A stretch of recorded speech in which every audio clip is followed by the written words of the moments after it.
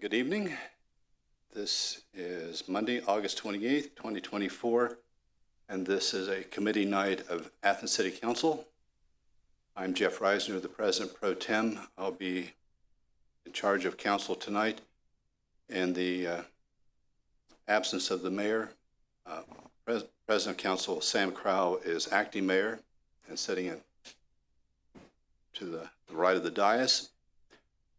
So looking at our agenda, we have three committees meeting tonight. We have Planning and Development Committee, Finance and Personnel Committee, and then the Committee of the Whole.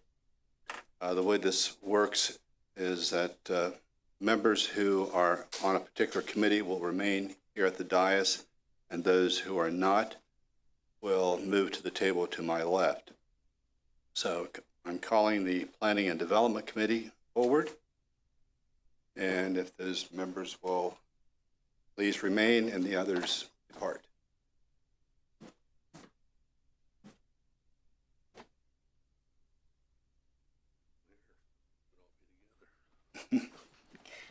One other thing I should mention is, even though I may not be on a particular committee as a temporary president, I will remain up here to conduct the meeting.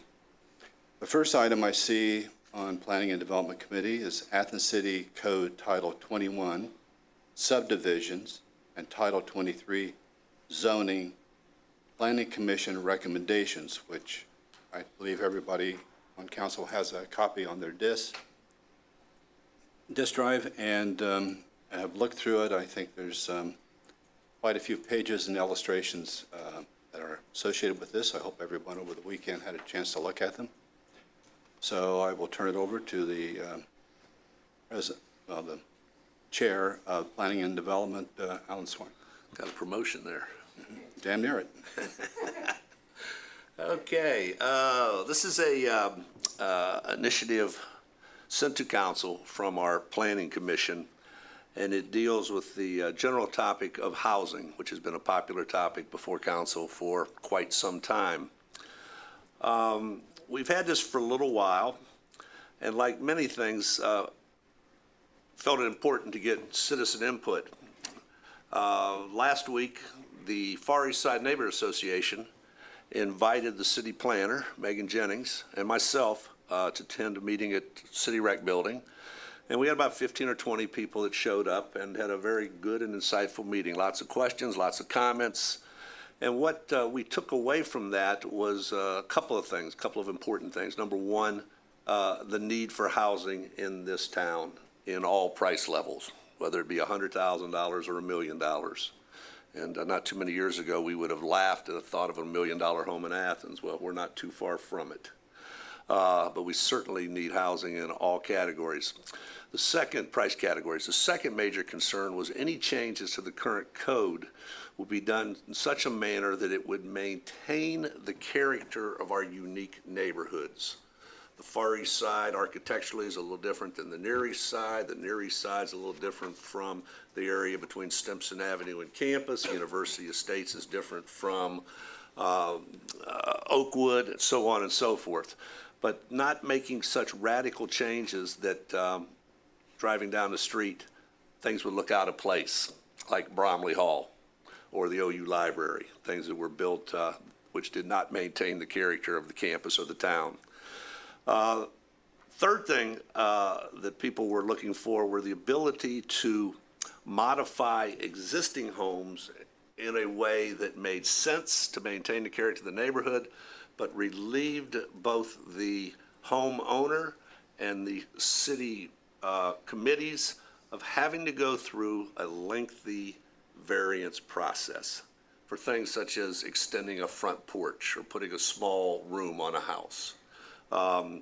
So the Planning Commission, working with the city planner, and I believe this even goes back to the time of Paul Logue, and also with Andy Stone, came up with some recommendations to make some changes to what's called bulk controls. Bulk controls are basically what can fit where. Right now, in an R1 zone, and we're not going to go through the entire document because most people were most concerned about R1 neighborhoods. In an R1 zone, if you want to build a house on a lot, that lot must be 8,000 square feet. 80 across the front and 100 deep. That would give you 8,000 square feet. The vast majority of homes in the city of Athens are on lots that are much less than 8,000 square feet. I'm guessing mine is probably about 6,000 at most, and it's a typical lot on the Far East Side. We have lots even smaller than that. The proposal is to reduce that lot size to a minimum of 400, excuse me, be a very small house, 4,000 square feet. So I'll give you an example. Right down the street from me where we have our garden, there is a vacant lot. It's about 55 feet wide and about 100 feet deep, 5,500 feet. You could now put a home in there. In fact, on the Far East Side, we've counted, and there are somewhere between 25 and 30 buildable lots if we go to 4,000 square feet. Now, I say buildable. It's going to require a couple things. One, somebody who wants to build, and somebody who can find a builder. But right now, at 8,000 square feet, we don't have 20 to 30 buildable lots on the Far East Side. So the first part of this will reduce lot sizes and lot coverage so that we'll have more density, the possibility of more density. And the reason that's important, unlike what we're doing up at University Estates, the infrastructure already exists. The water lines are already under those streets. The electricity is already on the poles or buried in some neighborhoods, and sewer's already there. It's just a matter of connecting up. We're up at University Estates with the TIF agreement we have. We're going to have to build all of that. So it takes advantage of existing infrastructure. Secondly, it opens up land that's highly desirable. I mentioned a couple weeks ago, we had two houses in our neighborhood that each sold in 2 days. One sold for $450,000, one sold for $425,000, both $100,000 to $125,000 above their appraised value by the county auditor. There is demand for homes in the city. Now, University Estates is in the city, Oakmont is in the city, but in the close-in neighborhoods, there is great demand. As I said, 20 to 30 lots on the Far East Side. I'm having a little trouble counting the Near East Side because of some of the auxiliary structures and things, but there are lots there too on which these homes could be built. The second part of this deals with setbacks. That is the distance from a home or a portion of the home, including a front porch, a deck, whatever, and the property line. The setbacks would allow for people to add not a boat dock to their house, but a room, a front porch, a deck, without having to go through the various process because the setback requirements would be reduced. And as you saw in that document, which is about 37 pages, all of those numbers are listed on there. So that's essentially what we're talking about here. You've had a chance to read that. Megan is here today to answer questions any concern that you might have or any specifics. So I will open up to the committee for questions either of me or of our planner, Megan Jennings, who's here.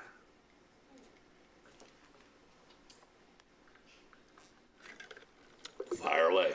Okay, so first of all, having, as chair of the Affordable Housing Commission, I have been following this along the way and listened to Megan, she's also a member, and we've listened to experts on how we can increase our housing capacity here. And this is certainly what is the considered best practices, if you will, as a growing body of change to provide more housing opportunities. So I'm very much in favor of this. And I also want to mention that, you know, in University Estates, for example, there is an HOA and they don't have to follow this. So that those places don't have to be concerned about that. There can be some differences according to neighborhood interest, though that needs to be discussed a little bit more, I think. So I think it's great. Other questions, concerns? Yes, please. Yeah, the city planner was nice enough to make time to speak with me a couple weeks ago, and I had, never heard of any of this sort of thing, but the thing that I was really interested to learn was that already 60% of our current lots don't fit the requirement. We're already building, and it just sort of makes a number of our stock already non-conforming is the term. And she can say it more eloquently, I'm sure, but it was just interesting that, we're already, as you're pointing out, fast and loose, and this would allow people to be in compliance and build more homes. So it seems a easy choice. Most of the homes on the near east side and the far east side were built prior to 1960, and that's when our first code came into to action. And when somebody hears the term non-conforming, that doesn't mean code's going to come and kick you out of your house because you're not behaving. All of those folks are grandfathered in. But going forward, this would make it easier to build on existing blank spaces. And in Athens, we have a unique situation as opposed to a new development around Columbus. If you're flying into Columbus, you look down and you see this allotment of homes. 5 years ago, 15 years ago, 25 years ago, that was a blank canvas. There was nothing there but farmland and perhaps trees. In Athens, when you look down, you see all the homes. So we're placing homes in between homes. And that's why when the folks on the Far East Side Neighborhood Association heard that this is a plan that would allow the neighborhood to maintain its character, its unique character, a lot of fears and concerns very, very quickly disappeared. Megan, you're here. Would you like to come up to the podium and fill in any gaps I may have left out or share any other things you think are important to not only the members of council but to the general public? Honestly, I think you covered the benefits of these changes really well. The efficiently utilizing our existing infrastructure is really key, and it's kind of hard to put into reality if you're not actually working in government and thinking about running a sewer line to these new residential developments like out in University Estates. So I think that is a good point to make. The affordability is a big issue, and this is just one piece of that puzzle. And so these are things that we can control as a city, is we are allowing smaller lots and smaller homes through these revisions to actually be legal in our city.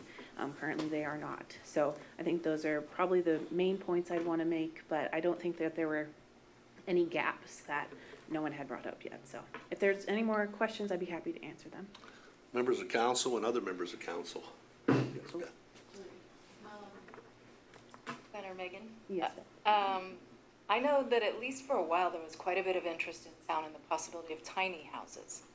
How would the proposed change in the required size of a lot affect the possibility of having perhaps multiple tiny houses on the property?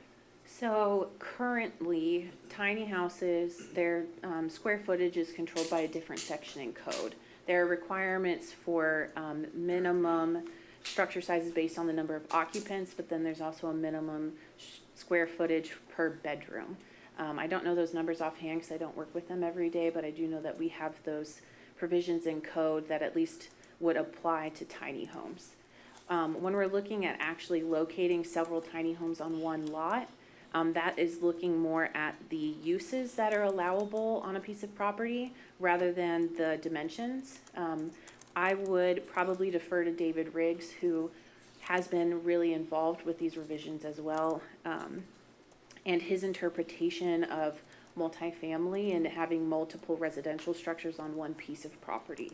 So I'm not sure I'm able to fully answer that question, but I think you make a good point bringing up tiny homes and these alternate residential options that are smaller and much more affordable and interest a unique group of people in town.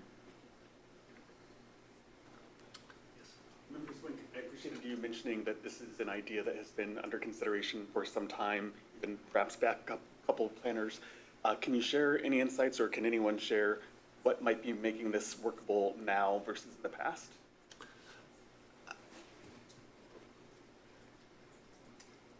Two answers. Number one, you pick up the paper on the front page of the Columbus Dispatch 3 days a week. The issue is housing. There was an article just yesterday about Michigan. A few months ago, or a few years ago, Michigan had a shortage of houses. or an abundance of houses. Now they have an extreme shortage of houses. So the need for housing, affordable housing, and close-in housing would be number one.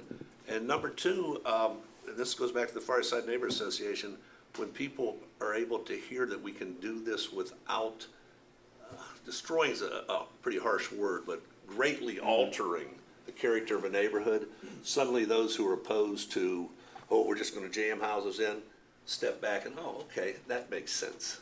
And part of that is engaging the public in a forum other than Facebook. And that's what we tried to do, and it worked very, very well. So those would be the two answers. I'll defer to the planner also. I'm sure she has in her professional experience some other thoughts on that. I definitely think the affordability issue is probably the biggest thing pushing these changes now. There was a quote in a WOUB article back in May from Molly Fitzgerald talking about how she doesn't often entertain new businesses that are looking to maybe even locate in Athens because she can't ensure that their employees would get housing that they can actually afford. And so it's greater than just housing affordability, it's even affecting our economic development, and it's really important to address those issues while we can. One thing that I really like about this proposal is, as you alluded to, the idea of infill, if you will, building houses within the existing footprint of a community where there are already utilities and, available, in my mind is so much better than tearing down our forests to build more houses. And if there's a choice, I'm all for doing it within the existing footprint. And you used the word infill, I think, and I was one of these people who's guilty of this. Infill to me, when I first heard it, was putting another house on one lot. So now you have two. And no, that's not what we're talking about here. Right. We're filling in, flip the two syllables, we're filling in an existing space. And again, just because we have 20 to 30 lots doesn't mean those people are suddenly gonna go out and sell those. There are two on Grand Park I want to buy right now. And the son-in-law of the woman who owns them said, get in line, because she's not selling until she goes, and she's not going for a long time. And then once you do secure the lot, finding a builder who can build a home at your price that'll fit. So at least this makes it a possibility, where before it was not a possibility at 8,000 square feet. Any members of the administration? I'll just speak on behalf of the administration. I know Mayor Patterson and Andy Stone and David Riggs were very close collaborators with Planner Jennings and the process through the Planning Commission, and it was supported by the Planning Commission by unanimous vote. So I know that they're all on board with these changes. I'll also add that as the city has looked at not just R1 zones, but other zones in the city for the future and development, that some of the recommendations from consultants on those areas came into play when trying to discuss some of these bulk control changes. Thank you. Anybody from the public? Okay. Thank you very much. We put you on first. You're welcome to stay for the rest of the meeting, but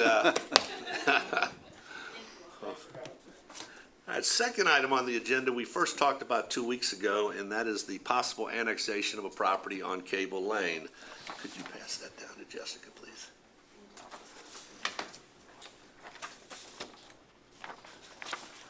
Mr. Mott has been very, very helpful over the last 2.5, 3 months on a variety of topics, and again, he has been very helpful on this one. What you see in front of you, if you look at the blue line, is the outline of approximately 34.5 acres that are currently not within the city of Athens. Mr. Snyder is here today, the owner of this property. And what we are proposing is the following: annexing this property to the city of Athens.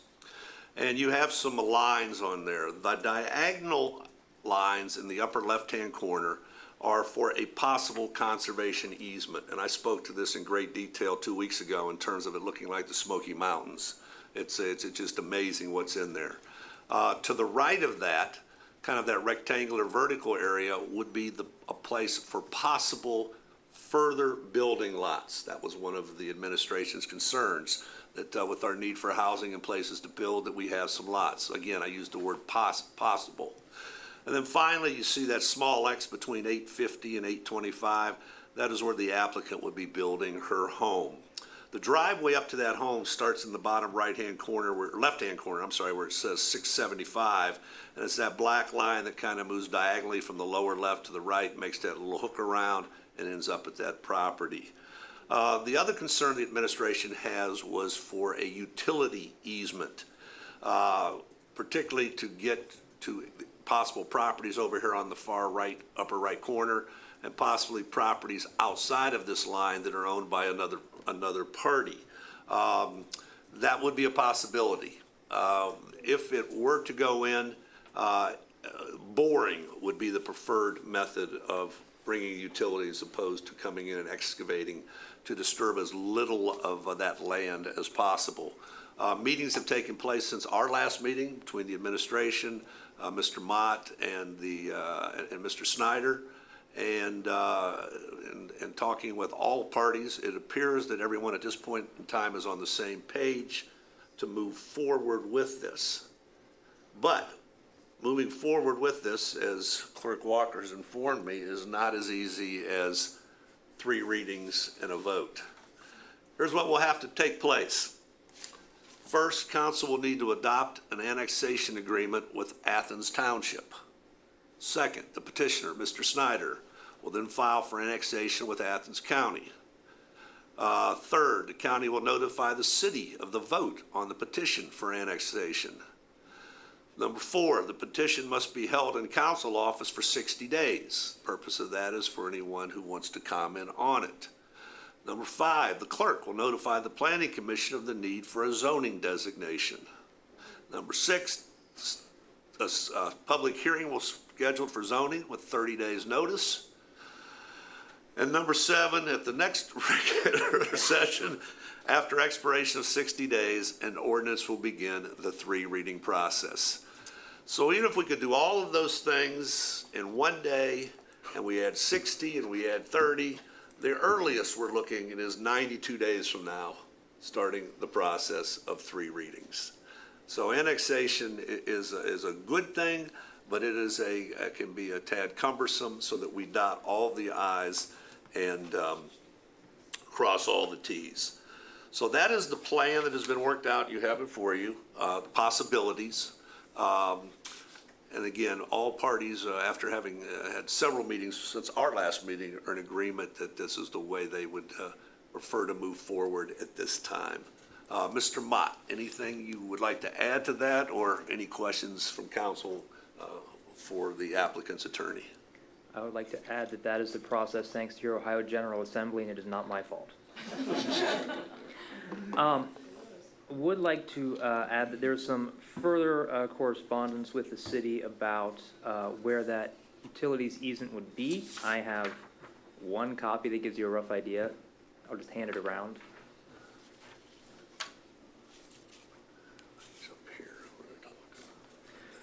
So the issue is that hillside is unfriendly to work in general. And so the city has determined that, yeah, we can go up there, but we have to zigzag back and forth, and we're not sure exactly where. The city is talking about perhaps a 200-foot wide blanket easement along the northern edge that they will then snake the lines through as necessary to get up to the top of the hill to provide service to any future development that may occur at the top of the hill. That's acceptable to my client. It's roughly the red area on there, very roughly. The utilities easement would not interfere with the possible conservation easement. That would be a consistent, simultaneous use. It would also be possible to, if necessary, just adjust the edge of any conservation easement to not encumber the utilities easement. Other than that, my client is prepared to move forward at a snail's pace. Questions from members of the committee? Other members of council? Administration? Members of the public? All right, let's get that snail moving. Thank you. Thank you, Mr. Mott. And that concludes the Planning and Development Committee for this evening. Thank you, Member Swank. We'll move on to Finance and Personnel Committee, which I happen to chair. So if those members of the committee will remain at the dais here and others depart, we'll get going.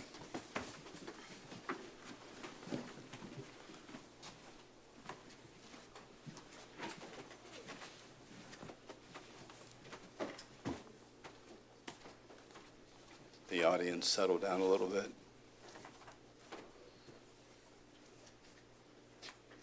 Okay, first item, finance and personnel. Authorizing necessary tax levies. A resolution accepting amounts and rates determined by the Budget Commission. I love this. I think to date I've read at least 11 of these over the past years.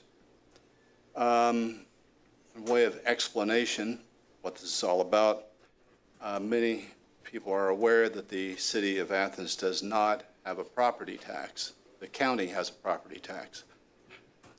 But that doesn't mean the city does not receive revenue that is generated by that property tax. And the reason being, most of the township of Athens is occupied by the city of Athens.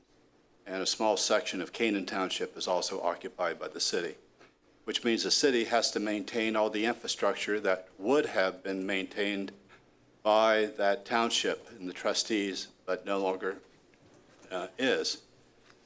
As a way of compensation to the city for doing the work of those townships, the Budget Commission comes up with a millage formula that generates revenue to compensate the city for the works done on the streets, roads, bridges, mowing, and so on. Which, and if you look at your disc, see the proposed ordinance, Schedule A, which is really the meat of the whole thing, shows in the third column, amount approved by Budget Commission inside 10 mil limitation. In other words, we can't go more than 10 mils on the dollar.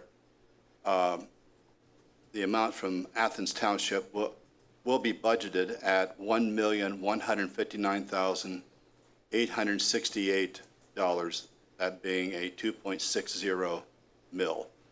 Canaan Township is much less, 54,830. Again, it's at 2.40.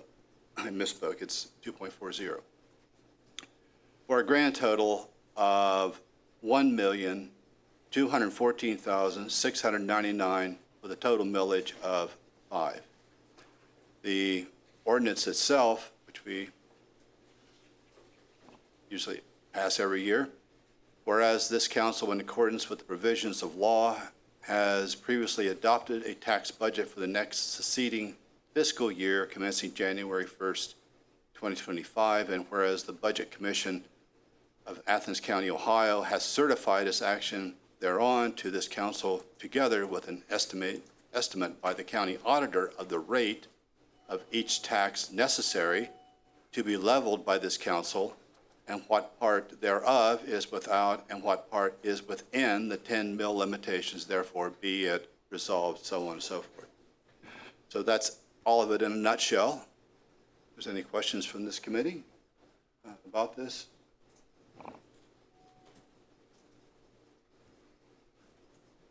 Anyone? Wendy?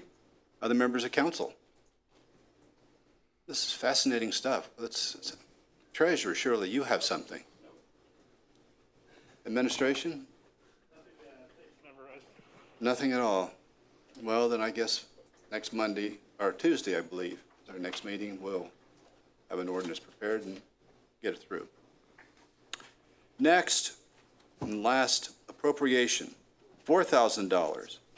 Transfer from transaction code 500, capital line, to transaction code 300, professional service line for mayoral travel, which will be reimbursed by NLC. Remember, having a mental, Wood, yes, that's it, Wood. I was just gonna let you go for a while. Yeah, I noticed that. See if I come to your store now. Sure. Didn't before. What's the so the jargon And the acronyms, what's TC and what's NLC? TC, Is transaction class. It's an auditor term, And NLC? National League of Cities. very good. The administration want to comment on this? You have any facts that we're unaware of? I do not. Okay. Member Swank? What is transaction class 500? I asked that because I've got the budget here and I can't find a 500 on I think it's capital improvement. Oh, 580, okay.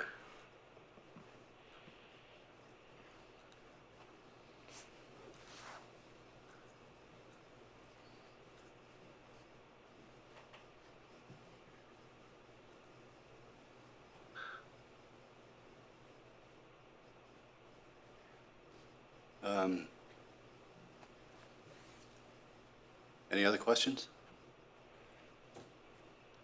Member McCary? Thanks. More of a comment. I'll just add some context that the city has been involved in a partnership with the National League of Cities for some years, based around primarily their efforts to promote racial equity.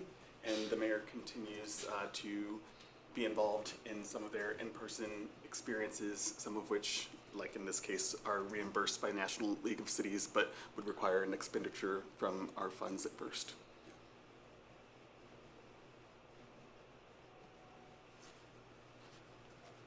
Members of the public? No? Going once, twice? Antique Roadshow? Okay. Well, that concludes Finance and Personnel Committee. Next, we have Committee of the Whole, which means everybody gets to sit up here and they don't have to move anymore until we adjourn.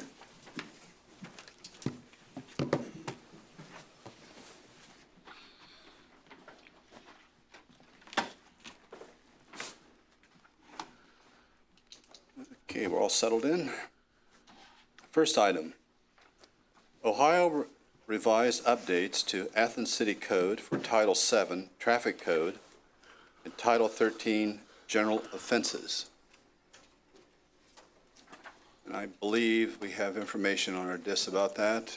And does anybody on this committee have any input or questions about it? Member Swank? From an email we got today, basically, as I understand this, this is just bringing our code in compliance or in alignment with the Ohio Revised Code. That's my understanding, yes. Good. Is that from the My administration? understanding, and as you can see from the changes that the law director sent, they are all really connected to safety issues, both for all of us as well as for people operating emergency vehicles that need to obviously move rapidly through the town and be distinguished from others. Flashing light, people who choose to have different lights on their car, etc. I see. Other questions from this committee? From the public? Okay. Do Member we have Clotfelder. an indication of how the code department feels about this request? The code as in The housing code. Athens City Code Enforcement Office, I mean, are they okay with these changes? They're criminal and traffic, not code. Okay. Are the relevant local parties okay with this? As in the general public, or No, the relevant departments of the city? you mean like the police department, fire department? Do we need to consult with them about these before maybe making a change? Well, that's up to the administration whether they would do that or not, but off the top of my head, it would seem like if we're putting our code into alignment with the Ohio Revised Code, which trumps our code anyway, I don't really see how they would really object to it, or even if they did, what they could do about it. Okay. Does that make sense? Mm-hmm. Okay. I guess I wonder if perhaps we should at least inform them as a matter of courtesy that these changes may be coming, if it will affect their jobs in some way. Well, as I understand it, this has been going on for a while now. on that email that Member Crow had mentioned, a company called Civic Code has been going through our code since, what was it, 2022? Been going on for at least a couple of years, so one would think that all the interested parties would have been informed by now or have an inkling that this was coming. Yes? I believe all city departments are well aware of these changes. As Member Reisner said, all departments would like to be in alignment with the Ohio Revised Code. I believe the first process started in 2021, President Pro Tem Reisner, to make updates to meet, and this is the 3-year sort of cycle, and this summer they did it again, and these were the changes that they saw in order to get us in compliance with the Ohio Revised Code. One question to the administration, maybe you can pass it on to the mayor. When we adopt these changes, will this not mean that our Muni code will have to be updated to reflect these changes? And this is the same company that does those, both updates are online, Muni Code, and provides us with the hard copy. Right. Not every year, but, so. This is not yes, inexpensive either. correct. No. So I believe, Clerk Walker, that it's part of the contract that they are doing this on a regular basis, so we're paying for it already. All right.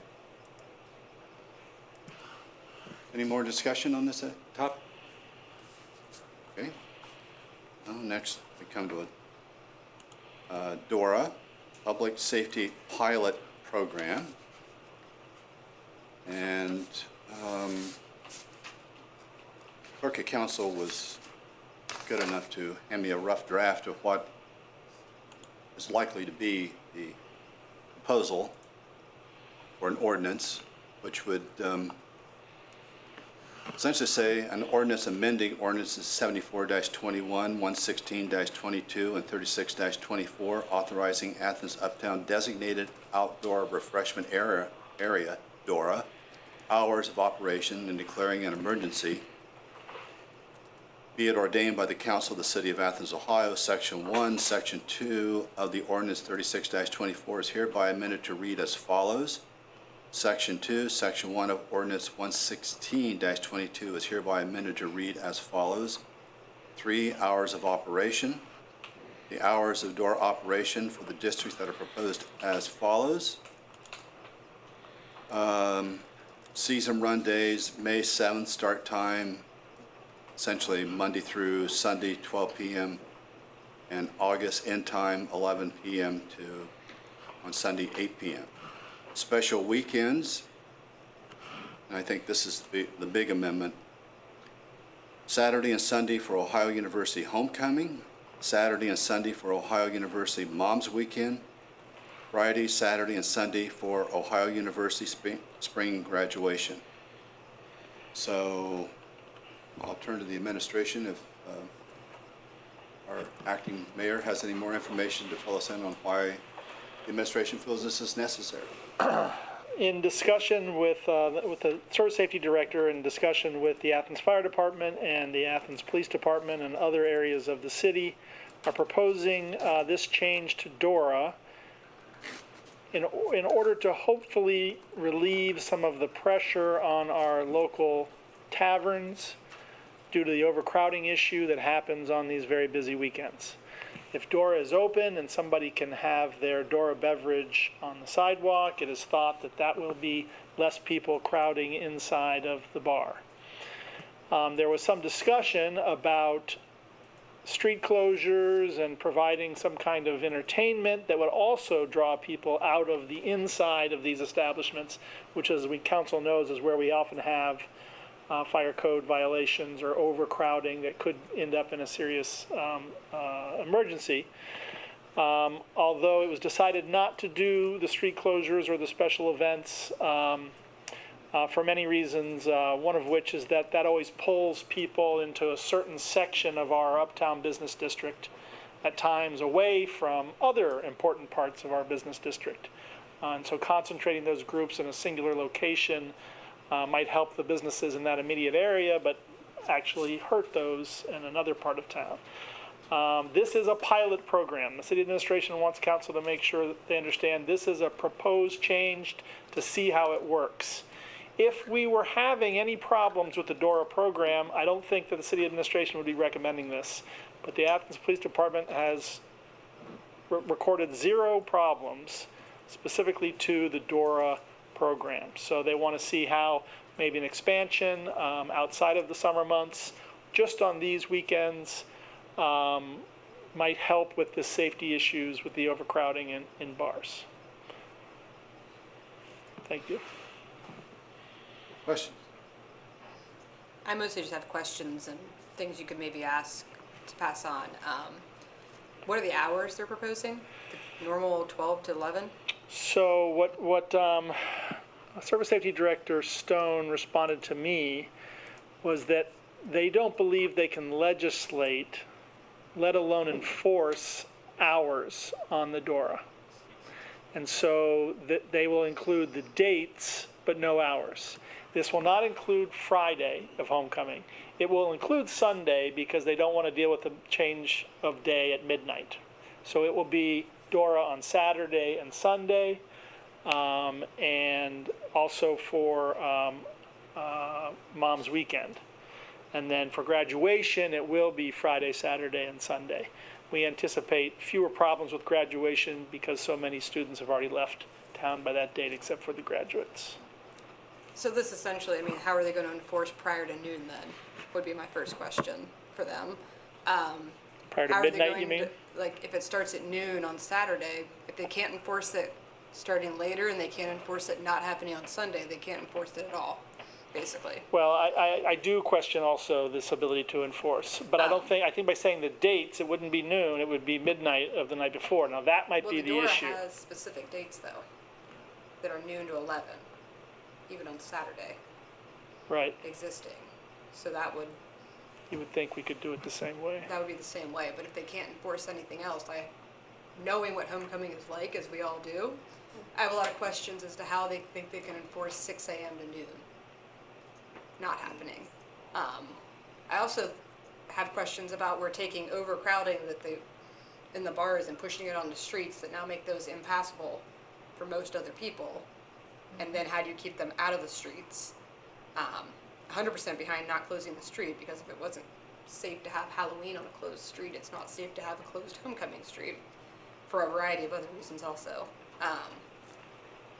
And then what sort of city resources and extra policing are we going to now need for the entire day of Saturday, and probably not Sunday as much, but I just have a lot of questions. I think those are excellent questions, and I would, I'll discuss them, and I hope you will too, with the city administration. I'll just respond to the first one really, which is that I believe this is something that the tavern owners think is helpful to their businesses. So they will be required, you can't sell a Dora cup until 6 o'clock or until the time at which that is open. So it'll be on the tavern owners, and they will, if they're not in compliance, they're going to be the ones that will probably end up being fined or reprimanded or whatever happens to the tavern Liquor owners. enforcement comes. Finger shaking, Yeah. Yeah. but good questions, Member Thomas. Other question, Member Swine. When I found out about this afternoon, because there was no documentation in our packet on this, like Member Thomas, I had a lot of questions.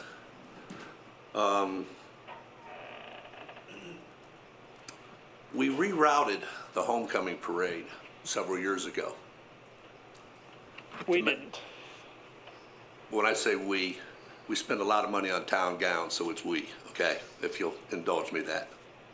We rerouted the homecoming parade several years ago because the homecoming parade is a family-friendly event. And by running the homecoming parade from down by East Elementary, up Carpenter, left on Court Street, we came up through what we could call the Tunnel of Bars. And the behavior was such that it was deemed appropriate to move that route. We now started down by the old Cat's Den, and we come up Union Street, and we make a left on Court, and then a right on Washington.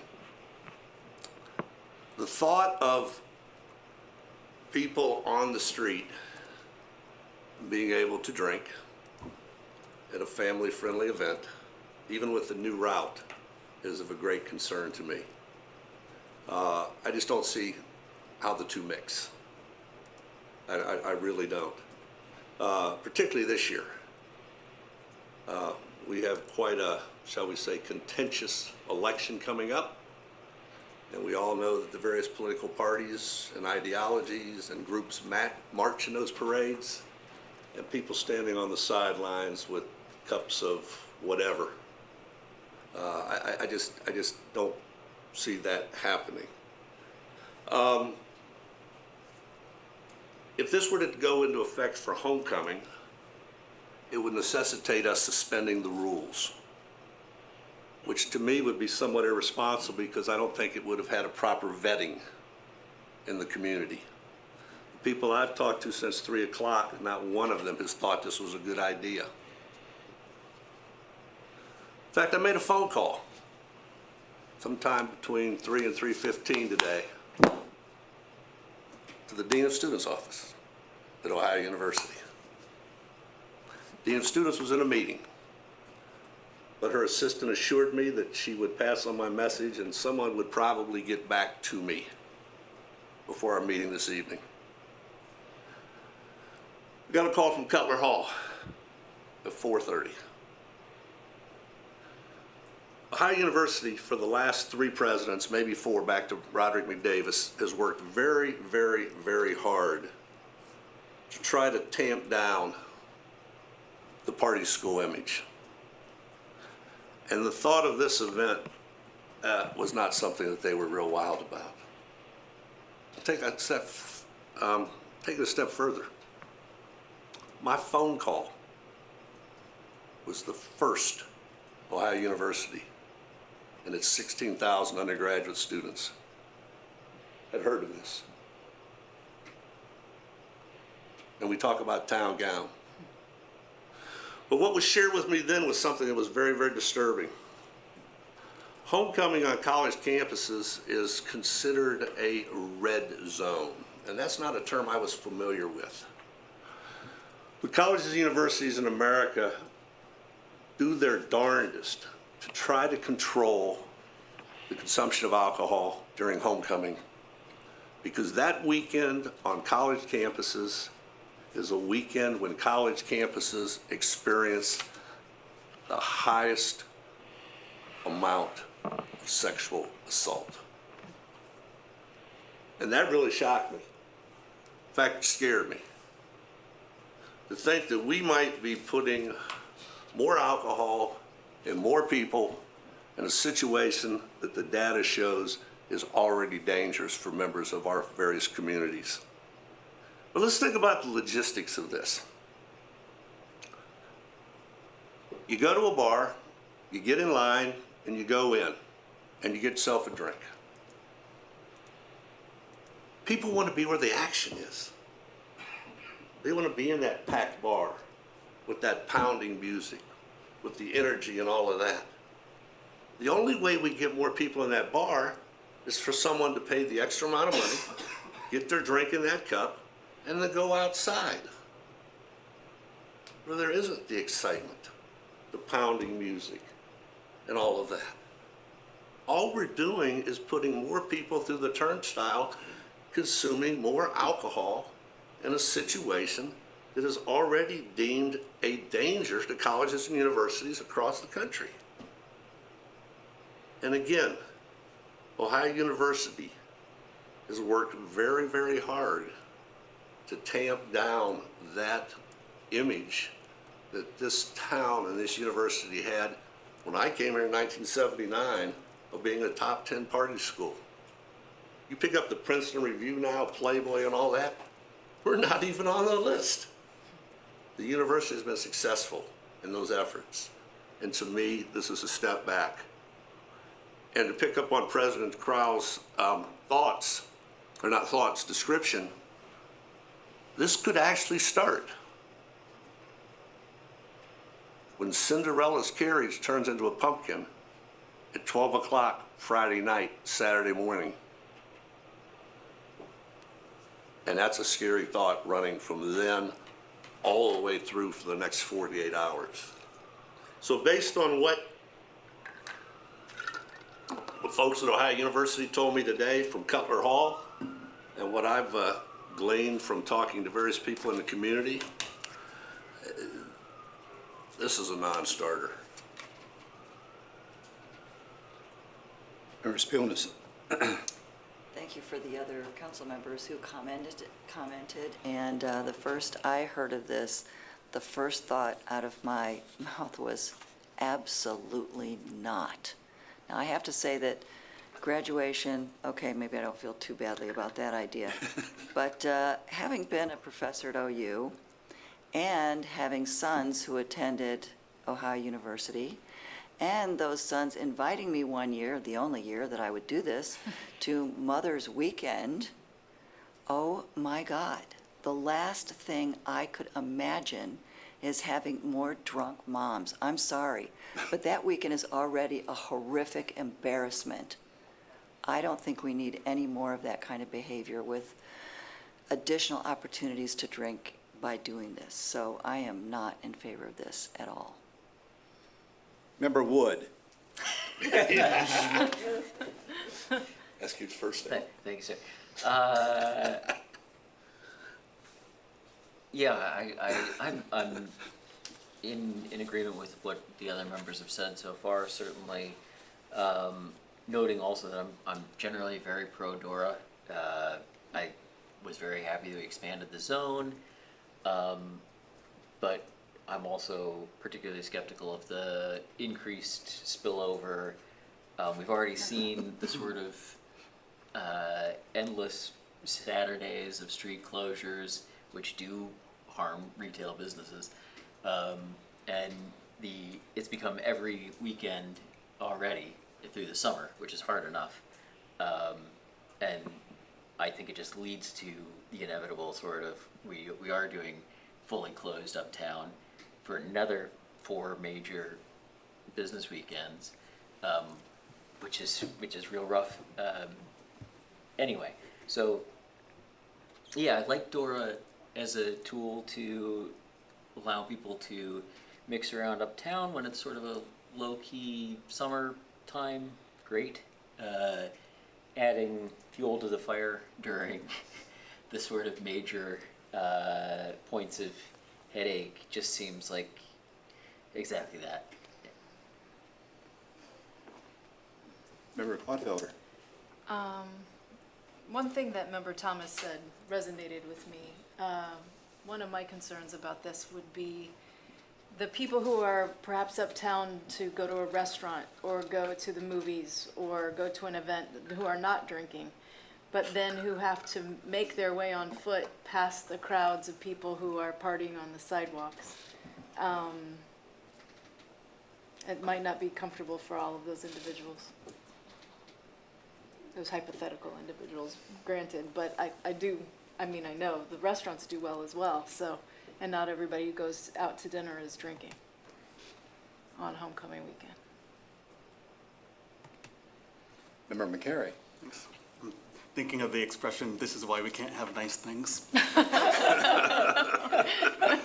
But I do want to acknowledge that I believe that the Tavern Owners Association is likely trying to find a solution in partnership with the city to address the overcrowding safety issues that have been a particular concern in our last session, and we were exploring potential punitive actions toward our owners. And I appreciate that they're trying to imagine some scenarios in which we can take situations where we have to tell people to get out, and in this case, make business potentially flow from one place to another with a cup.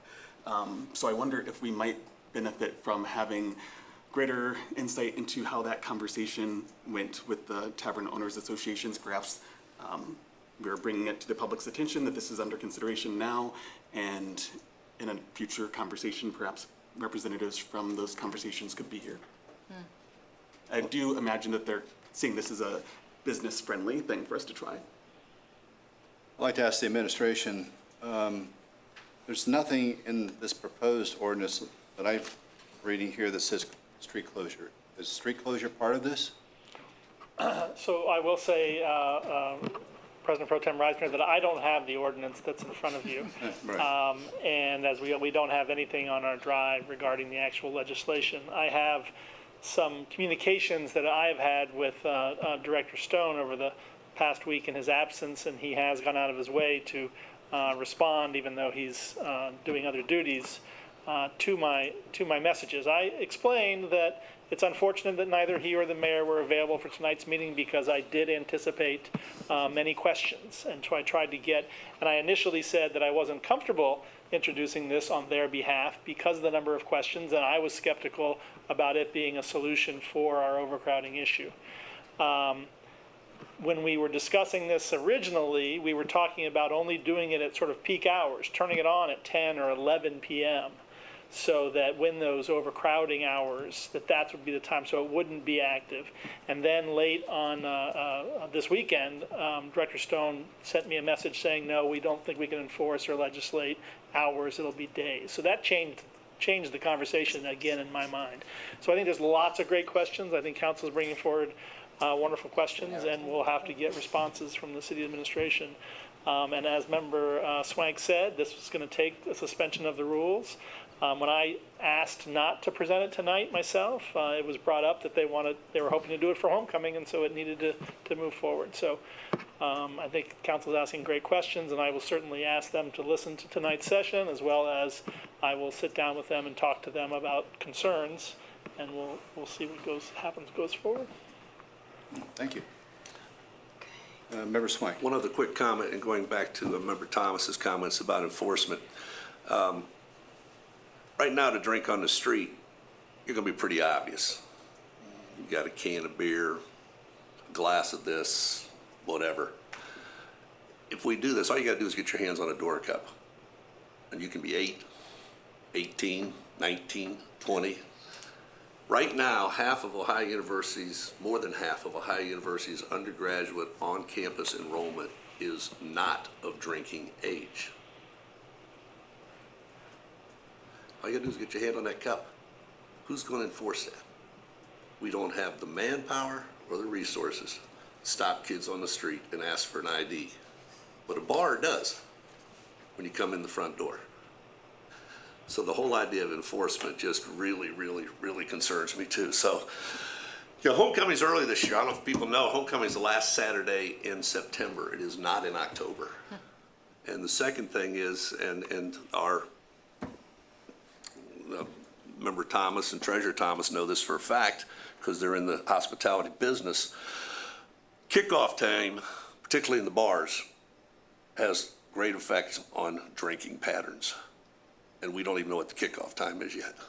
And that may not be set until 12 days before the game. Having run the green and white tailgate for 15 years and served over 1,000 people, I can tell you, noon tailgates, people drink heavy and early. And later in the day, they drink longer. And it just I understand what we're trying to do, but maybe, but we can't rush this. We can't rush this. Thank you, sir. I thought I saw another hand down there. Member Wood, Member Spooner. I'll save it. I think we've Beat it. Okay. Any other questions from the committee? Administration, thank you. From the audience, if you give us your name and if you're affiliated with any organization, so on and so forth, ad infinitum. Mary Abel, 48 Strathmore. I'm not affiliated with any organization or association here. I understand bar owners wanting to increase their revenue stream. That's basically what we're talking about here. I also want to give you just a little snippet of some past history. As Councilmember Swank said, at one time, this homecoming parade used to start at Morris Avenue. And all of the parade floats were lined up there, and, we would come up East State and down Court, etc. Little personal experience, been in college and post-college. I probably have participated in 25 to 30 homecoming parades, either with an organization or in other facets. I can tell you personally what it was like to go past some locations where there was rowdiness, jeering, spitting, throwing of things. It was really not a pleasant experience for people who were in the parade. And although it wasn't the primary reason, one of the reasons for moving that location of the parade was simply because of the behavior on that particular parade route. Now, we all know that hundreds of people come in here for homecoming and other activities, and, you know, we're delighted to have them come back to the campus in the city. But we also know they really don't care too much sometimes about our city. There's a lot of trash that's often left, other things that are on the street, and sometimes it's not too pleasant walking down Court Street. I can see that in particular on a Sunday afternoon because we do have churches in the downtown area that are part of this whole Dora place. So I don't know how the churches, the ministers or congregation might feel about that. On a Sunday afternoon or Sunday morning when you're going to have these crowds who can be fairly well inebriated at that particular time. I also think it's important, the university has tried so hard over the last few years to be rid of that party school reputation.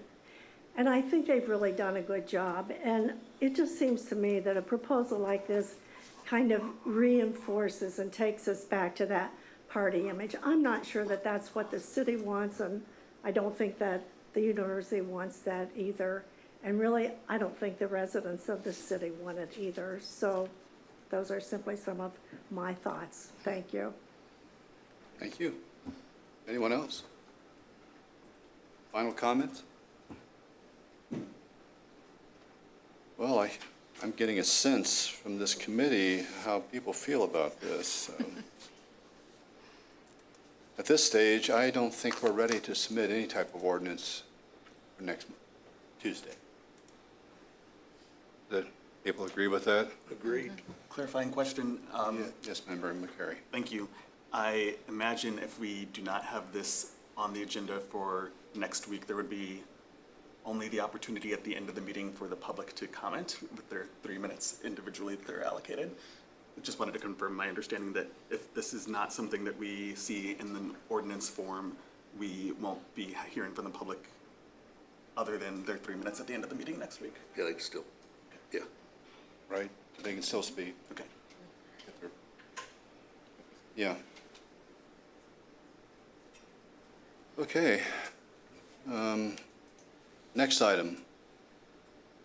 Buyout of the carport-mounted solar array at the community center 2010 power purchase agreement. I don't think we have any information on our drive about this. The administration care to talk to us about it? This one I said I'd be happy to talk to council about. On that As you are case. well aware, we have owned the carport solar, we haven't owned, excuse me, we have had the solar carport array at the community center since Councilmember Gosney started this in 2010. And the city administration has several times over the years, the actual ownership of that array has passed hands a couple of times. And each time it has, the city administration has investigated purchasing the array from the new owner, and no one ever wanted to give it up. It was a pretty good financial deal for them. But the array has, the new owner has purchased it out, and Director Stone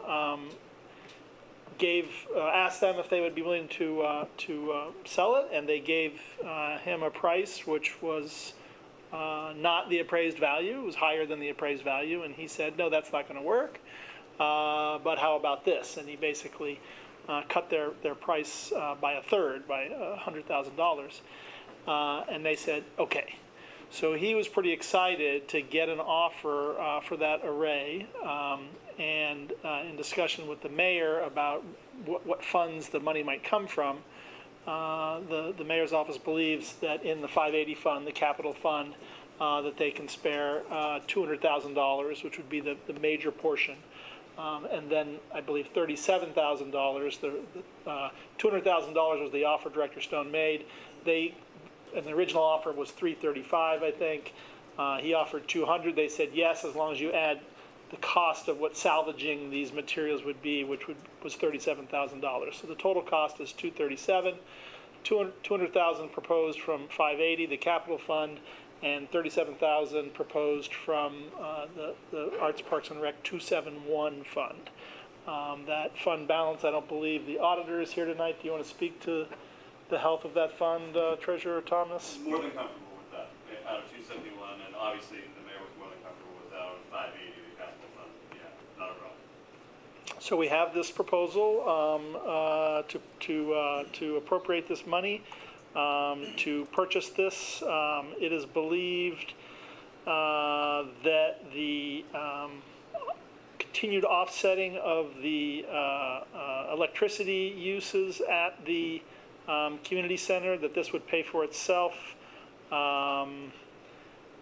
Basically, we would gain control of the system 6 years earlier than we otherwise would, which not only insulates the city against the AEP rates that we expect to see increases, but also allows us as owners of the array to decide to do upgrades to the panels, to more efficient panels. They are now 14 years old, still in working order.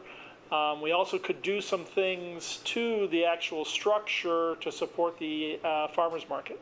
There is a possibility of adding some things that might support the farmers market. So we believe that we could have a pretty large, power production increase for, in Director Stone's words, not a lot of money. So we are proposing this to council, and that will hopefully come up next week with your agreement. Thank you. Questions? Member Spilness. So basically, you're saying that by purchasing it, it's going to save us money in the long run, and we can upgrade it at our whim or when it's appropriate. But I was fascinated by the comment that you could make some changes that would benefit the farmers market. Yeah. Since I'm a big fan and I have booth there once in a while. Any specifics on that by any chance? Well, one proposal I heard was adding some heating units that could hang from underneath the structure to lengthen the amount of time the farmers could comfortably be in that area in the fall and winter months. Just an idea. I think it was just thrown out there, but I thought that was an interesting one. Thank you. Member McCary. Thank you.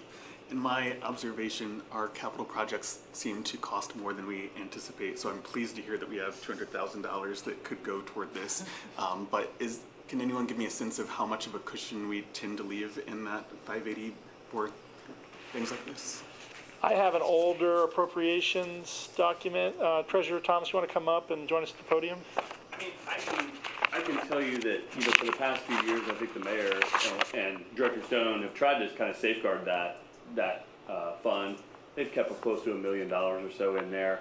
I think they recognize, though, that as there's more projects that are coming up, that this is definitely a valuable project and worth doing. Yeah. And I think that's what at the finance meeting, everybody felt comfortable saying this is worthwhile to take out of the capital fund and use that money. And again, the same thing with 271. With the rec center, I know Director Stone felt this sort of benefits the rec center. The electricity generated helps go right to there. So I think he felt like that was an appropriate use to use 271 as well in terms of that. And the auditor, I spoke with Auditor Heck this afternoon just to verify it. And again, the auditor's office is in total agreement and total support. Thanks. Member Swank. We'll start with President Crowell. The 37,000 salvageable. What was that all about? I think probably it is the value in the steel, that if you could recycle that steel and sell it to a recycler, you would get that amount out of the steel. Okay. It's it's very difficult to salvage panels. Right. So I don't think they're talking about the panels. Okay. Second question, what is if we did nothing in terms of upgrades, what's the projected useful life of what we currently have? How many more years? I think those were 25-year panels, Okay, so if I we- understand, so there's 10 more years 10, of 11, useful life in yeah. those. Treasurer Thomas, 271, what does that normally fund? That's the community center.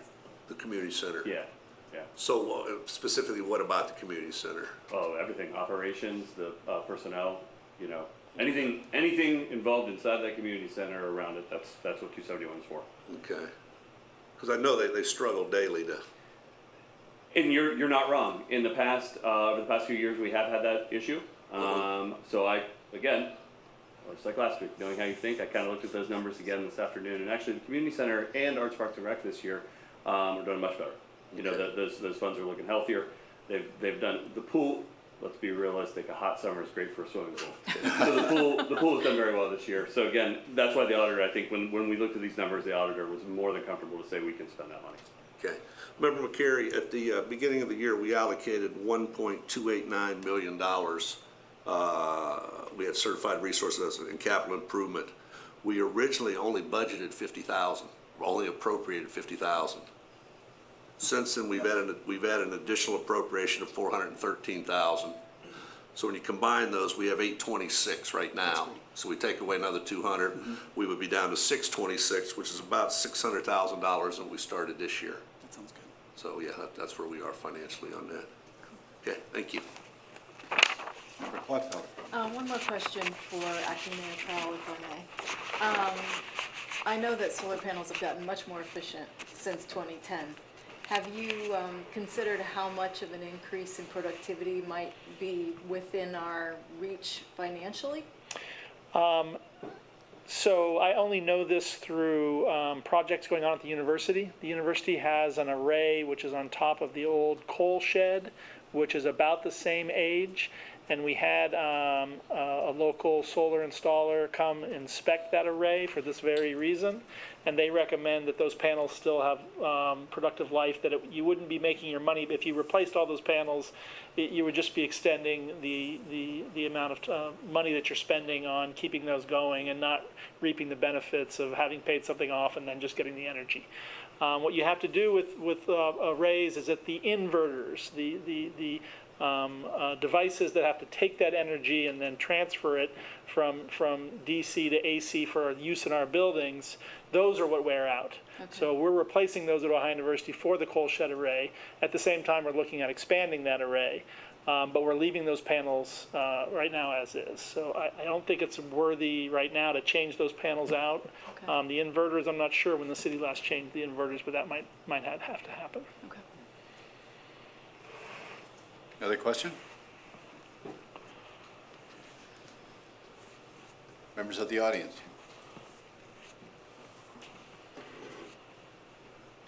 Okay, and that brings us to our last item, a resolution, Indigenous support. I believe everyone's had a chance to review this. Let me read the title of the resolution. A resolution affirming the City of Athens' respect for the indigenous history of the land now known as Athens, Ohio. And yes, Member McCary. Happy to introduce. Yes, please. All right, thanks. I mentioned earlier our partnership with the National League of Cities, specifically its REAL program, its Racial Equity and Leadership Program, which Mayor Patterson and DEIA Coordinator Lacey Rogers and I took part in for a number of years, with the outcome of having received a municipal action guide for advancing racial equity in our city. Members of the public and council are likely familiar with our past declaration of racism as a public health crisis and the various racial equity initiatives that we've pursued since then. Part of that work has involved the drafting of a racial equity plan. And in similar fashion, the National League of Cities, through that Racial Equity and Leadership Institute, provided us with a roadmap to repair, a guide to how cities can acknowledge and address the history of harm to Indigenous peoples, rebuild trust, and repair relationships. So this is in part an extension of our city's racial equity work that I am proposing a resolution affirming the City of Athens' respect for the indigenous history of the land known as Athens, Ohio. I'll read this and then share a few points of clarification before inviting comments and discussion and questions. Whereas the act of acknowledging the land on which the City of Athens resides serves as a reminder of the importance of honoring history, people, and the planet as we work to improve our city's legacy. And whereas the Athens Community Relations Commission encourages local organizations to consider adopting a land acknowledgement to make visible the richness and vibrancy of indigenous peoples, as well as the oppressive history that led to their removal and the theft of their lands. And whereas the U.S. Department of Arts and Culture calls on individuals and organizations to open public events and gatherings with acknowledgement of the traditional native inhabitants of the land. And whereas the content of this resolution reflects input and consultation with official tribal representatives from across the Ohio region. And whereas the first recorded session of Athens City Council to include a land acknowledgement was on August 7th, 2023, and City Council meetings have included one or more land acknowledgements each month since that date. And whereas the Ohio University Charles J. Ping Institute for the Teaching of Humanities published About This Place, once home to 40 tribes in the traditional home of the Shawnee peoples, which explains the southeastern Ohio region was at one time a convergence zone of some 40 tribes, including the Mingo, Erie, Lenape, Wyandotte, and Miami people, as well as others that shared in the rich hunting grounds and relative safety of these lands provided. And whereas through the city's participation in the National League of Cities Racial Equity and Leadership Institute, City Council members received NLC's research brief titled Roadmap to Repair, a guide to how cities can acknowledge and address the history of harm to Indigenous people, rebuild trust, and repair relationships, which indicates a good land acknowledgement, includes action and a commitment to repair relationships with the tribes that have historically called your city home. Be it resolved by the Council of the City of Athens, Ohio, Section 1, Athens City Council hereby confirms its intent to include the reading of a land acknowledgement during regular sessions, meetings of the Athens City Council. Section 2, Athens City Council will include information about the city's efforts to convey respect for Indigenous history within the City Resource Guide for Inclusion and Accessibility, established as a diversity and inclusion goal within the Athens 2040 Comprehensive Plan. Section 3, Athens City Council hereby confirms its intention to publicly acknowledge the importance of Indigenous Heritage Month on an annual basis. Section 4, Athens City Council encourages city officials to replace references to Columbus Day with references to Indigenous Peoples Day in the city business when appropriate. Section 5, Athens City Council hereby encourages residents of Southeast Ohio to demonstrate respect for the histories, formal tribal lands, place names, large earthworks, and environmental values of Indigenous people. Section 5, this resolution shall be in force and effect at the earliest moment permitted by law upon its passage and approval by the mayor. So I just want to clarify a few key points before opening it to questions and comments. Again, that this has been a practice for our city council for some time. This resolution is not just about a land acknowledgement, but about our broader efforts on an ongoing basis to reflect on and educate each other on the important history and associated commitments, as in respect for our planetary resources and environment. The Athens Community Relations Commission some time ago, before I joined as a council member liaison, had been encouraging local organizations to adopt land acknowledgements. It's my understanding that that formal recommendation never reached City Council. And I have been in touch as a liaison to that group about land acknowledgements for the last several months, and that commission has started to implement the reading of them at each of their meetings. And I just want to share that this is not an unusual or new practice. You'll find it many cities across the nation have adopted land acknowledgements, but they do so in any number of ways. In some cases, as in New York City, it might be a commission on human rights that specifically does the land acknowledgement. In other cases, like in Oberlin, Ohio, there might be more of a focus on Indigenous Heritage Month. So there are different ways that councils and municipalities can go about deciding how they're going to convey this respect on an ongoing basis. We've been doing some things informally, and I would like to open it up to discussion about how this council would like to move forward on this topic.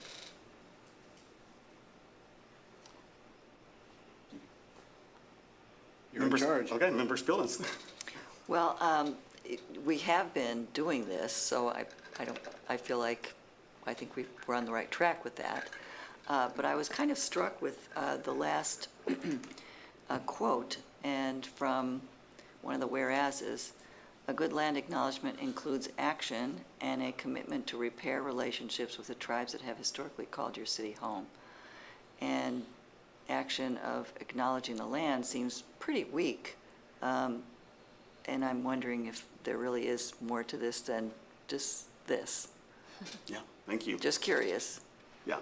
My response is that this would require a commitment for us to do just that, to make this more than just words.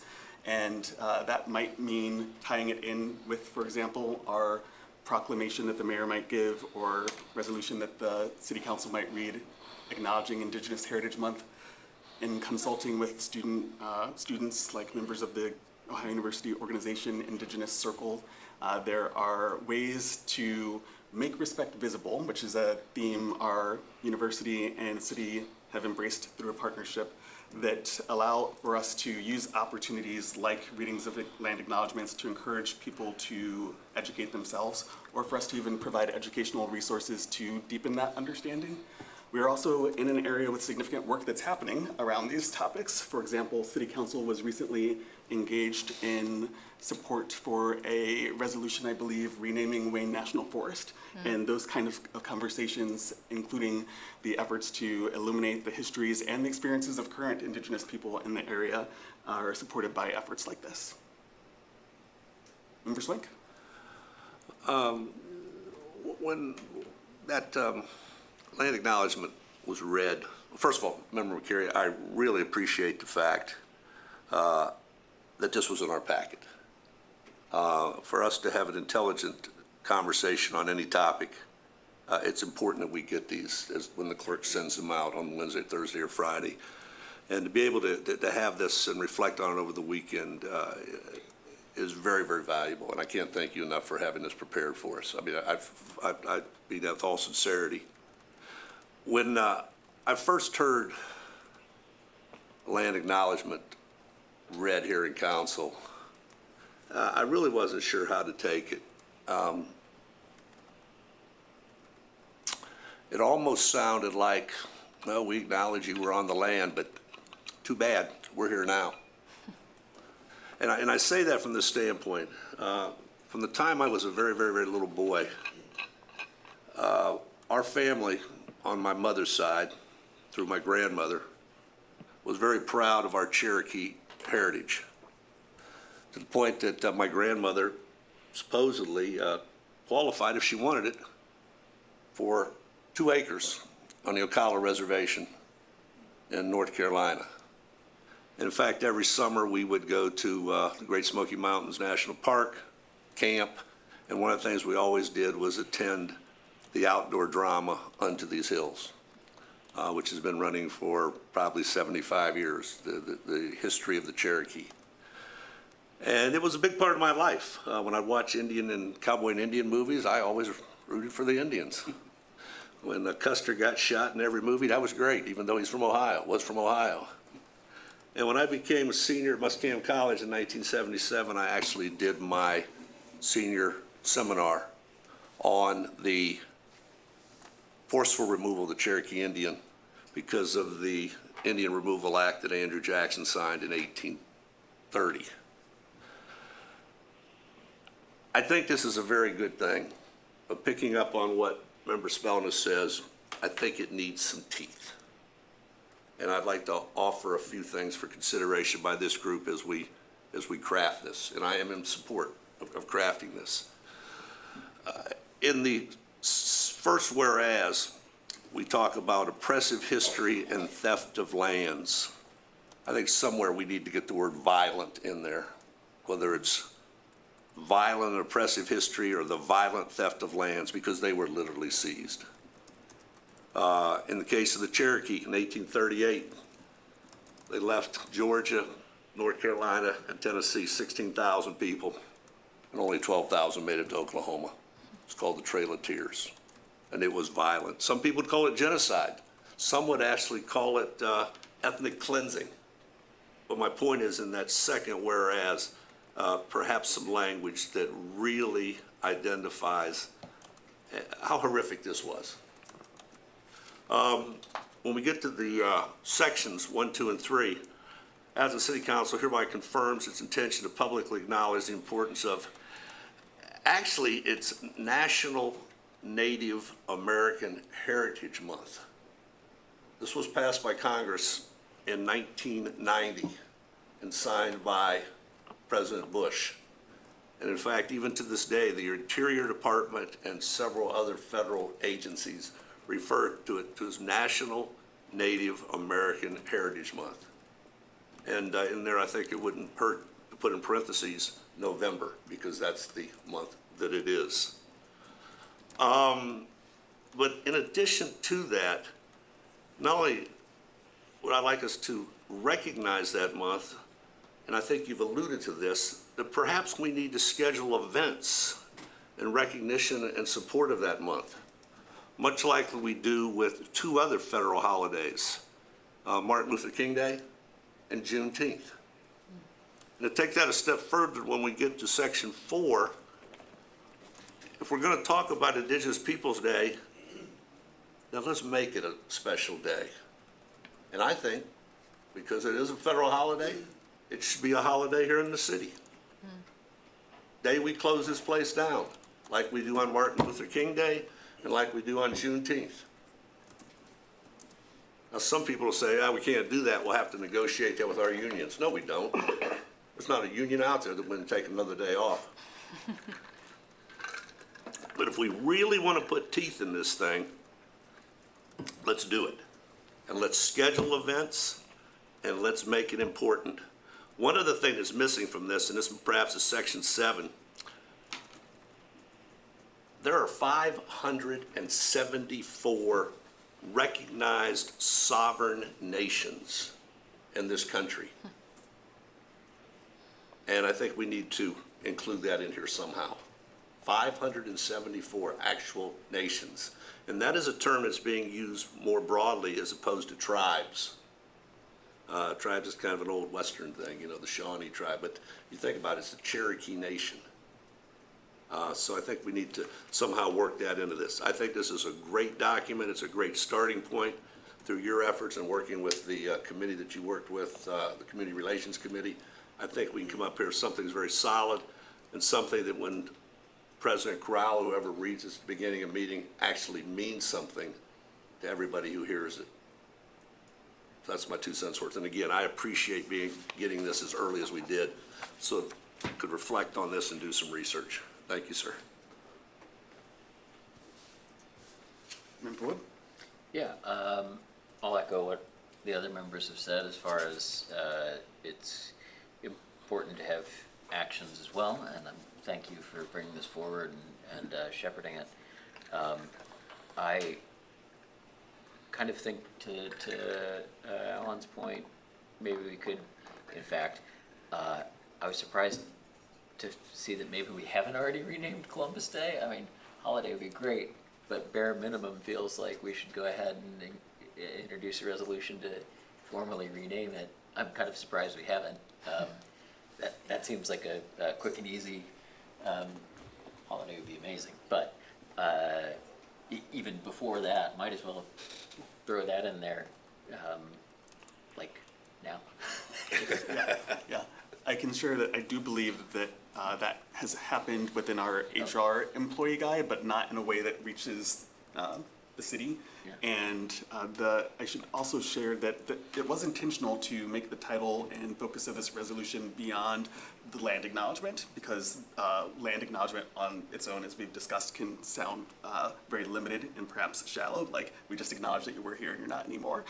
So this is really intentionally about how we are going to convey our respect for the indigenous history of the land we know as Athens, Ohio, and I believe that that's connected to our work around sustainability. I believe that's connected to our work around racial equity and diversity and educating one another. And I can share that several months ago when I shared a preliminary draft with the law director, I had a lot more action-oriented items that would require the cooperation and really most of the work of the administration, because we are not like a programming or educational body in that traditional way.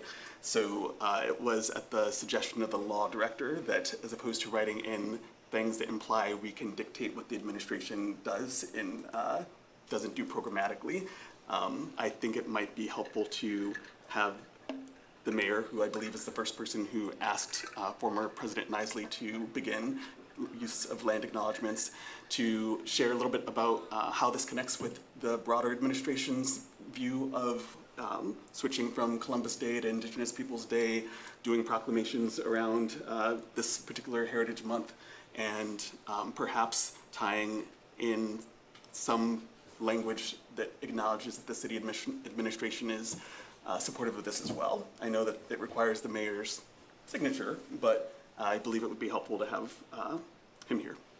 So with that, I would imagine my next suggestion would be to have this as an ordinance for discussion at our next meeting. But I welcome additional questions and comments. I have one. Section 1 hereby confirms its intent to include the reading of a land acknowledgement.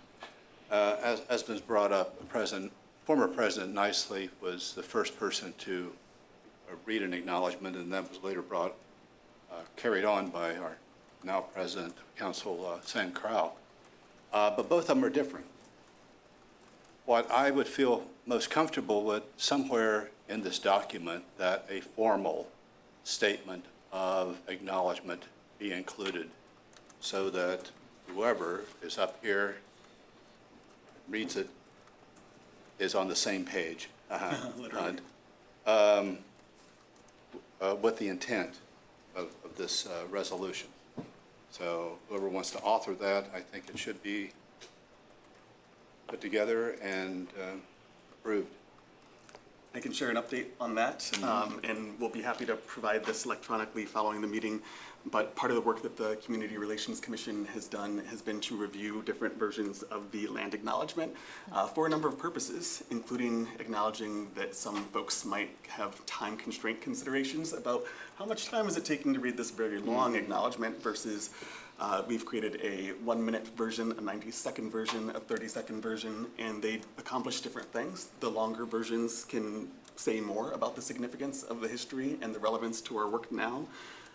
But there are also ways that folks have used these acknowledgements to not just think about Indigenous histories, but also the courses of history that had to unfold for all of us to be in a room together doing the work that we are. So there are ways of framing the land acknowledgements that speak to folks who have historical and ancestral histories other than Indigenous. So I'll be happy to share those different examples. The one that President Crowell has been using is a shorter, it's an actually expanded version beyond what President Nisley was using, and it is one of the versions that has been tested by the Athens Community Relations Commission over the last 6 months. Yeah, members feel this? So I was also interested in the fact that it says in here that it has been, it reflects input from the consultation of official tribal representatives. So you have been doing that, and they're comfortable with what's happening? Yes, I can share that the suggestions that have come up tonight have not been relayed by those tribal representatives. However, they did call for what Member Swank implied, which is the addition of more information. So for example, we referenced approximately 40 tribes that inhabited this land, and their original request from one of the representatives was to list all of the 40. And our law director, I think, reasonably recognized that that might be a more appropriate supplemental piece of information, which ties in with the recommendation that we do go ahead and move forward with our Athens 2040 diversity and inclusion goal to create this city diversity resource page that would have information on how our city has been working to promote racial equity through a number of initiatives, resolutions, including ones like this that can have expanded information for learning more. And we could even direct, I have completed a draft of this website and shared it with the mayor and council president and DEIA coordinator. with input about the content that the tribal representatives recommended. I was curious about the comment that originally you had a number of action items, and that the law director said, well, that's really under the purview of the administration. Yes. So I'm wondering what the correct wording would need to be that would essentially require the administration to fulfill a policy related to programs? Yes. Do you know what I'm saying? Yeah, I would like to So, I respond to mean- that.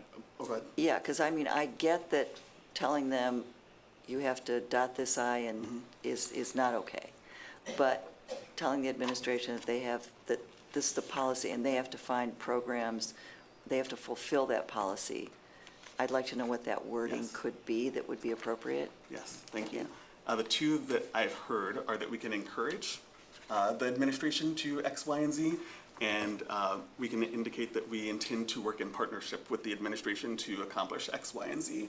The language that we use in our racial equity resolutions is about working in partnership, but there have been concerns that that has left kind of like, well, administration, you're supposed to be doing it, let us know what's going on. So we would, I think, benefit from actually having the mayor here to confirm that on behalf of the administration, we are willing to work in partnership to see programs, initiatives, or educational opportunities associated with this resolution. Can I interject something right here? This is a resolution. Resolution is not an ordinance. Right. A resolution is just a statement from council about their feelings about a subject. It's not binding to anybody. The administration can accept it, reject it, ignore it, or act upon it. If you're trying to force the administration to do something, you're going to have to come up with an ordinance. Yeah, I get that. Okay, well, I you just- got that, but the thing is, the administration still has a veto. We could pass something like that, and they could reject it, Sure. because, you know, separation of powers.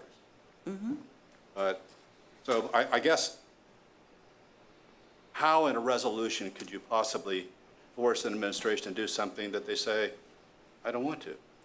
I get that about the resolution. I think I was taking it an extra step and thinking ahead of what could conceivably be accomplished, So an ordinance after this? possibly. That'd be the only way I could see it. Yeah. Member Swink? And if we did get to that ordinance, we can dictate the what. When we get into the how is where we're overstepping our bounds. We could do the what, but not the how. And I need to say something very quickly. In this season of elections, when people are fact-checking everything, and I think of the gentleman running for vice president, whether he retired as the command sergeant or just the sergeant, I need to clarify something here. I mentioned what we had been told as children growing up about our Cherokee heritage. Well, about 7 years ago, I took a DNA test. No Cherokee blood in me. 36% Irish. My uncle took the thing test, different company, no Cherokee blood in him. My aunt, an ordained minister, took the test. No Cherokee blood in her either, and we're not adopted. But my point is, despite two things. Number one, I didn't want anybody to walk away thinking, you know, that I had this Cherokee heritage in me, although I would be very proud to do that. But I'll go back to that nation part. The reason the second part, the reason that people are not using tribe as much anymore, one is the Cleveland Indians, referred to as the tribe, and they've become the guardians. The other thing is there's a term I wasn't aware of, particularly with bachelorette parties, the bride tribe. When these parties are going to Nashville and Las Vegas, and it's kind of a, you know, lessening of the term, Okay, hence nation. I see. And all those Native American nations that have casinos, you go up to New York, there's a lot of them, it's referred to as the Onondaga Nation, the Osage Nation, so on and so forth. So work that in again. Thank you. I think my last final comment, and I'll toss it over to our acting mayor, just that I believe that if this is presented as a resolution at our next meeting, the public opportunity for comment would primarily be, again, No, it would be during the discussion of the, since it's a one reading resolution, they would have the opportunity to comment in the midst of that, but they could also reach out to any council members with comment before that. Okay. Member Crowell? Thank you, Member McCary. I'll just add that one of the good reasons why the city administration needs to be, partners with us on things like this is that they will be tasked with putting on these events that we'd like to see, and there's a lot of work there, and we have city staff who work on these things regularly, and Member McCary is very involved in many of them, and they have so much that they can do, right? And so we have to be conscious of the workload that we're suddenly just saying through a resolution or an ordinance that is now going to happen. And I'll also say I was very proud of former President Nisley when she started the land acknowledgement, and as I think we can see just here tonight, progress takes lots of small steps, and if you try to do it all at once, sometimes you can overwhelm your community and they're not on board. Without the land acknowledgement statement that President Nisley started, we weren't thinking about our forebears at all, right? And so I think back to the way you started this conversation, Member McCary, about the Make Respect Visible campaign, which those are just words on a banner. I see them all the time, and I'm constantly thinking about it. I'm constantly thinking about how I can do that, about what kind of impact it's having on our students and our population. That's not an action item, it's just words. The land acknowledgement makes people who are here or viewing online think about that issue. And it's not an action item, but it does bring it forward. And now I appreciate Member Swank's ideas and Member Spelnis's ideas of ways that we can take action out of this and make it stronger. But I think these small steps are important in the correct process. So I appreciate the resolution. That's it. It's your committee. Then I believe any questions or comments from the public? With not seeing any, I would say that we are done with the committee of the whole. That, we are adjourned at 8:44.